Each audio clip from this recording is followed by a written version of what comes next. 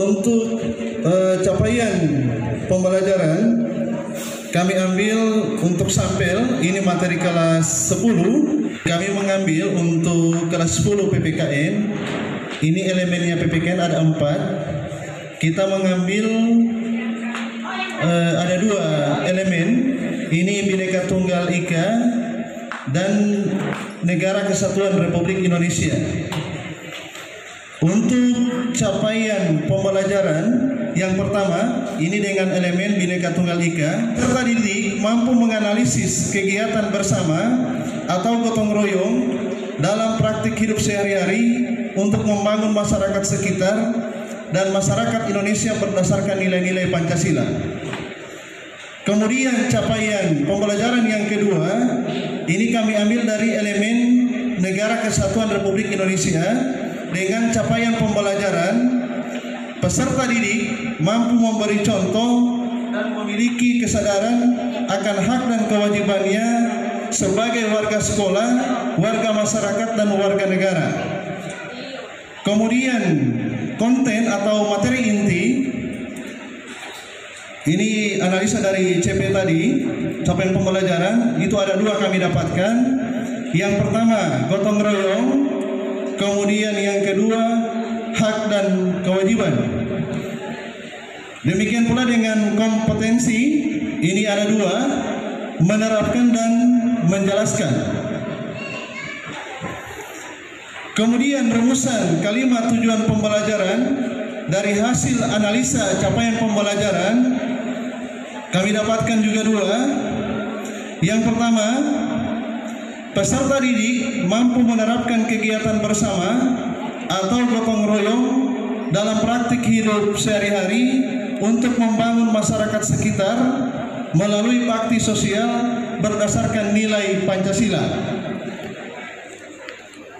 Langsung saja ke alur tadi yang ditugaskan. Alur tujuan pembelajaran ini diajarkan dengan 2 jam pelajaran 1 kali pertemuan. Kemudian yang kedua, peserta didik dapat menjelaskan tentang pentingnya memiliki kesadaran, hak dan kewajiban sebagai warga sekolah, warga masyarakat, dan warga negara. Dengan akumulasi waktu 2 jam pelajaran 1 kali pertemuan. Iya, saya kira ini yang kami dapat sampaikan untuk bidang studi PPKN materi kelas 10.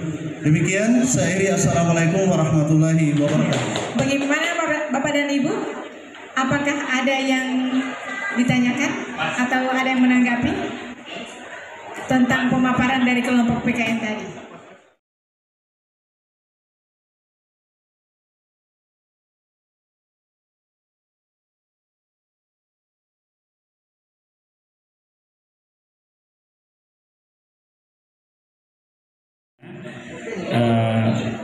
Adapun topik atau materi yang akan ada dalam bahasa Inggris semuanya berkisar kepada bentuk teks saja, yakni teks deskripsi, prosedur, eksposisi, dan lain-lain. Kemudian kami merumuskan dalam kalimat capaian pembelajaran yang kemudian kami isikan pada format yang dibagikan tadi. Untuk tiap-tiap teks tadi, yakni teks prosedur, narasi, dan lain-lain itu kami kemudian jadikan materi dalam tiap-tiap CP. Ya, misalnya CP 3.1 kami tempatkan di situ adalah teks narasi.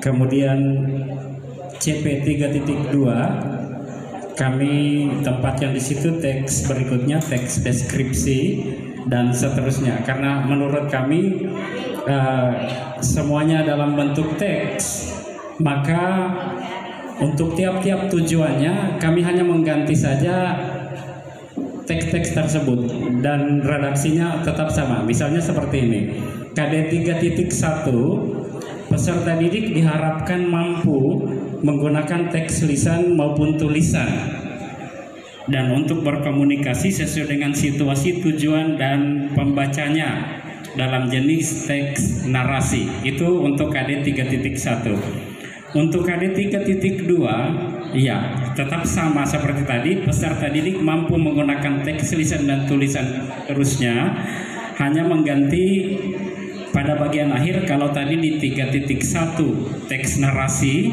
maka KD CP 3.2 menjadi teks deskripsi dan seterusnya.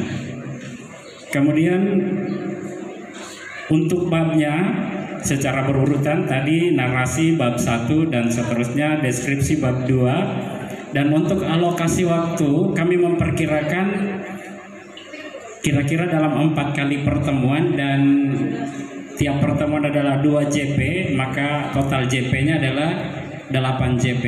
Gimana, Mas, ada yang lain tentang tujuan pembelajarannya? Sudah dibacakan.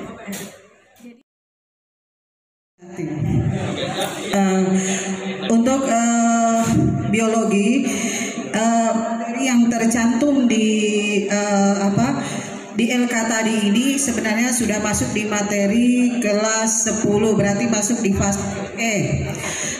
Materi diangkat di sini bab 1, karena yang saya tahu persis bab 1 di kelas 10 itu mengenai keanekaragaman makhluk hidup dan juga peranannya. Kemudian di sini saya menentukan alokasi waktu 2 kali pertemuan sebanyak 2 kali jam pelajaran. Jadi saya merasa di sini untuk materi ini saya bisa selesaikan selama 2 kali pertemuan. Dengan setiap 1 kali pertemuan itu 2 jam pelajaran. Kemudian untuk CP yang saya masukkan di sini, peserta didik mampu menjelaskan tentang keanekaragaman makhluk hidup serta peranannya bagi kehidupan, dan mampu mengidentifikasi keanekaragaman makhluk hidup di lingkungan sekitar. Selanjutnya, TP yang saya di sini ada 3. Peserta didik mampu menjelaskan konsep keanekaragaman makhluk hidup. Kemudian peserta didik mampu menjelaskan berbagai tingkat keanekaragaman makhluk hidup. Dan yang ketiga, peserta didik dapat mengidentifikasi keanekaragaman hewan dan tumbuhan yang terdapat di lingkungan sekitar berdasarkan klasifikasinya. Ya, barangkali Bapak Ibu itu yang bisa saya buat tadi. Ya, mohon maaf kalau ada kekurangannya. Wabillahi taufiq wal hidayah. Wassalamualaikum warahmatullahi wabarakatuh. Siap-siap Pak Wisnu dan kawan-kawan. Terima kasih. Hal yang sama juga saya alami seperti Bu Hajar, berdiri sendiri tanpa teman diskusi. Jadi di sini saya coba menulis beberapa CP dan TP-nya. Mungkin kalau ada kesalahan bisa dikoreksi karena tidak ada teman diskusinya tadi. Jadi di lembar kerja eksplorasi untuk CP-nya, peserta didik mampu menjelaskan, mengamati fungsi sosiologi sebagai ilmu yang secara kritis mengkaji masyarakat dan memahami berbagai ragam gejala sosial serta mampu mengkomunikasikan hasil penelitian. Untuk konten atau topik dari CP tersebut yakni 1. Fungsi sosiologi, 2. Ragam gejala sosial, 3. Penelitian sosial.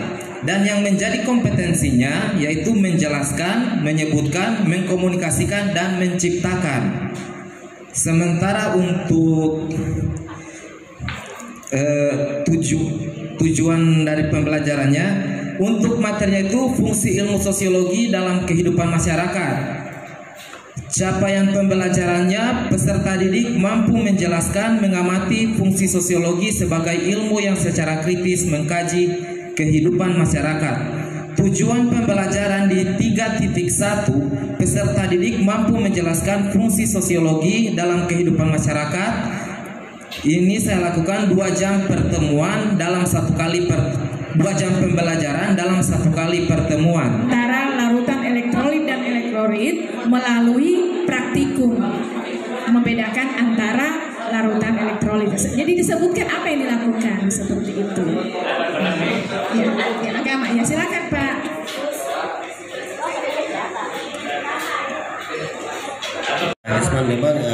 Memang ada kekeliruan sedikit, tapi memang saya sengaja supaya ada yang bertanya. Iya, itu bagusnya. Kalau kita memang tidak ada kesalahan berarti tidak ada tanggapan. Jadi itu yang saya pancing memang supaya ada umpan balik daripada kita ini supaya hilang mengantuk tuh. Karena Pak Kisman berarti ya, bagus untuk Pak Kisman 100. Oke, siswa yang paling pintar ya. Sekian, barangkali ada lagi siswa yang iya, padanya Jo. Tadi ada yang sempat saya simak itu mengenai CP menganalisis ayat Al-Quran. Nah ini bagaimana nanti di dalam merumuskan TP-nya ini, karena kata menganalisis ayat Al-Quran menurut pemahaman saya mungkin ini sudah 3 berarti bagaimana di sini merumuskan TP-nya nanti tujuan pembelajarannya. Kali di dalam tujuan pembelajaran ini ya ada di bagian pertama peserta didik mampu menganalisis ayat Al-Quran dan hadis tentang perintah untuk berkompetisi dalam kebaikan dan etos kerja. Ya jadi ya ini perlu memang kita sampaikan kepada anak-anak. Jadi yang pertama ayatnya ini harus dikuasai dulu, ya dihafal. Itu yang pertama. Kalau mereka sudah hafal, untuk menganalisis itu sudah agak mudah, ya karena kalau tidak dihafal ayat juga ini tidak bisa dianalisis. Ya, yang pertama adalah peserta didik mampu menjelaskan konsep dasar ilmu geografi. Yang kedua, peserta didik dapat mengklasifikasikan jenis-jenis peta. Kemudian, peserta didik mampu menyusun penelitian geografi. Yang keempat, peserta didik mampu menyajikan hasil penelitian geografi. Dan yang terakhir adalah peserta didik mampu mengidentifikasi fenomena-fenomena geosfer. Kemudian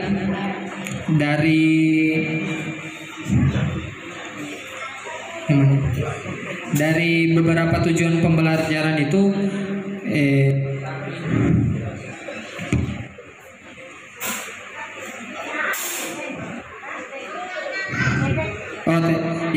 TP-nya itu kami bahagi menjadi 3 kali pertemuan Bu. Yang pertama itu peserta didik mampu menjelaskan konsep dasar geografi dan objek studi geografi.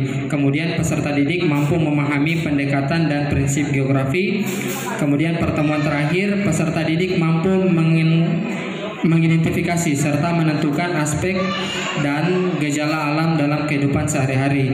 Jadi setiap pertemuan itu untuk jumlah jam pelajarannya adalah 2 jam pelajaran Bu.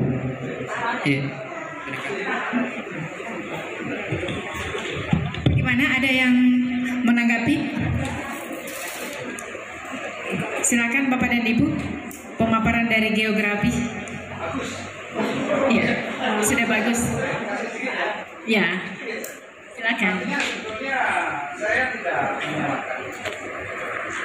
persoalannya tadi kita hanya sedang mengingatkan kembali, karena kita mengukur anak nantinya tahapannya dia berhenti sampai di mana. Misalnya tadi anak mengatakan sudah belajar, saya akan menjelaskan, ya kan? Andai kata itu dikembangkan, karena mungkin ada sebagian anak yang tidak bisa menjelaskan, tapi dia pada dasarnya bisa menyebut.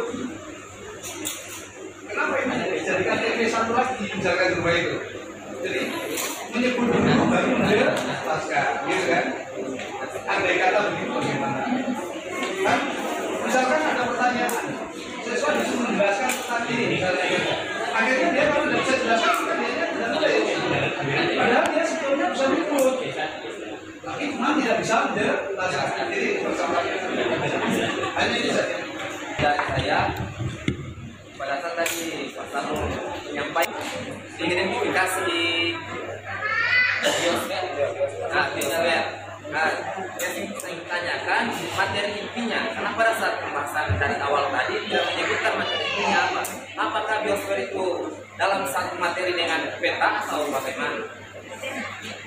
Berbeda dengan materi peta. Nah, yang kami ambil di sini itu kalau di buku dia itu materi 1 itu tentang konsep dasar ilmu geografi. Nah, kemudian yang kami buat tadi itu tujuan pembelajaran tadi yang saya sebutkan itu adalah tujuan pembelajaran untuk materi konsep dasar ilmu geografi. Kalau yang CP tadi itu kami ambil dari dari awal yang memang kata-katanya tidak bisa dirubah begitu. Maksudnya dari materinya. Kalau kita melihat tadi contoh macam tempatan kimia, kita di buku ada 2 materinya. Kimia hijau dalam pembangunan dan hukum dasar kimia, itu kan 2 materi. Berarti kalau geografi artinya dia menjadi 2 juga. Materi membahas tentang peta dan tentang biosfer, karena dia kan materinya berbeda. Tapi kayaknya di capaiannya tadi dibuat satu. Di capaian pembelajaran itu ada beberapa materi. Yang pertama itu konsep dasar ilmu geografi. Yang kedua peta.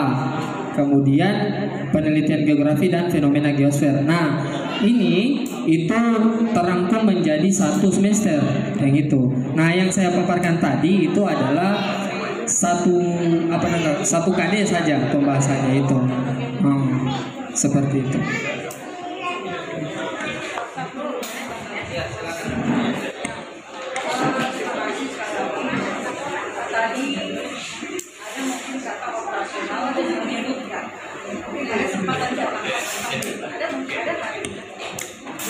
Menyebutkan di tujuan pembelajaran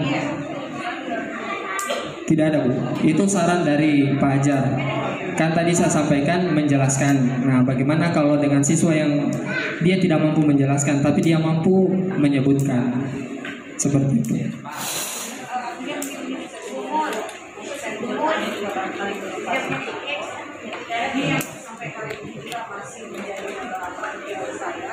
Karena kita ini kan dibagi berdasarkan level-level dari PAUD, dan apakah mungkin kata operasional di dalam membuat suatu konsep pertanyaan berupa menyebutkan itu masih cocokkah kita terapkan di soal-soal evaluasi di tingkat SMA, walaupun mungkin di letak seminggu ini dia ada di situ. Ya,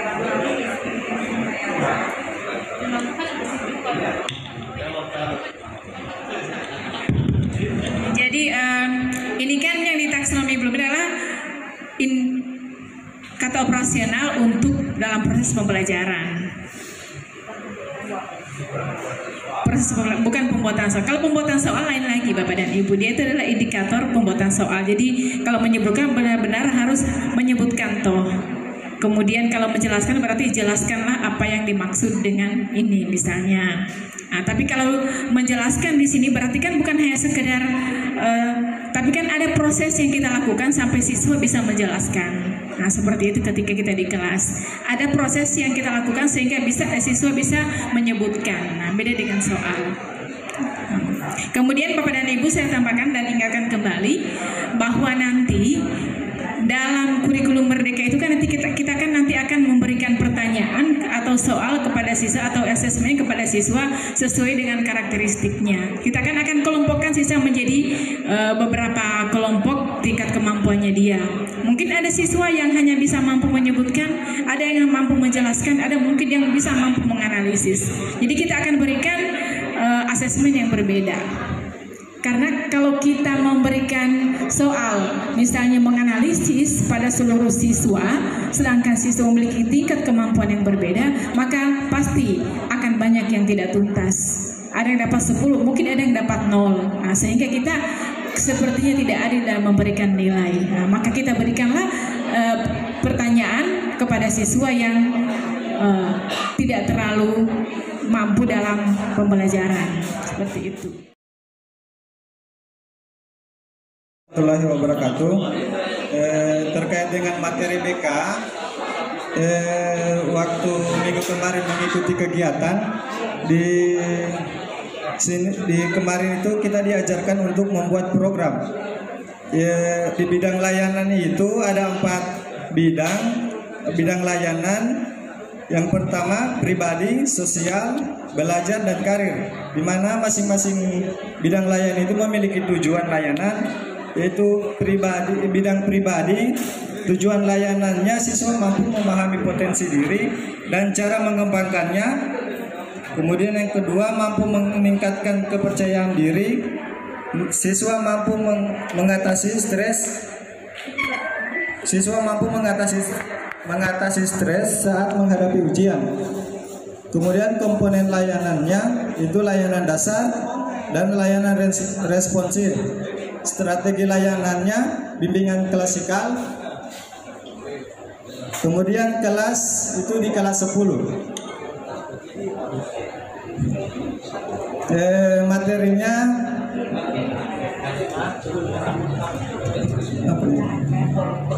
Materinya kayak belajar. Kemudian metode ceramah dan diskusi. Medianya slide PowerPoint. Evaluasi adalah dievaluasi proses dan hasil. Sebenarnya kalau masuk di kelas itu kita punya waktu 1 jam. Hanya saja di sini kita tidak memiliki jam. Kemudian di bidang sosial, tujuannya peserta didik atau konseling memiliki kesadaran sebagai makhluk sosial yang harus berinteraksi. Komponen layanannya responsif, strategi layanan konseling kelompok,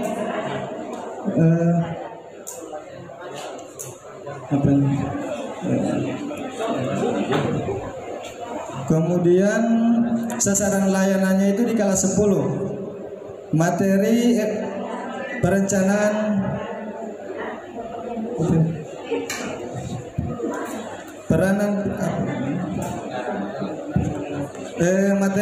materinya peranan per grup dan melakukan games kekompakan. Metodenya metode slide PowerPoint, media slide PowerPoint, evaluasi proses dan hasil. Evaluasi jamnya itu 1 jam. Kemudian di bidang layanan, bidang belajar, tujuan layanannya itu siswa dapat mengatasi kesulitan dalam memahami pelajaran tertentu, cara belajar yang efektif. Itu komponen layanan dan responsif, strategi layanan konseling kelompok, sasaran layanan kelas 10, materi gaya belajar, metode diskusi dengan pendekatan yang digunakan, media slide PowerPoint, evaluasi proses dan hasil, waktu 1 jam.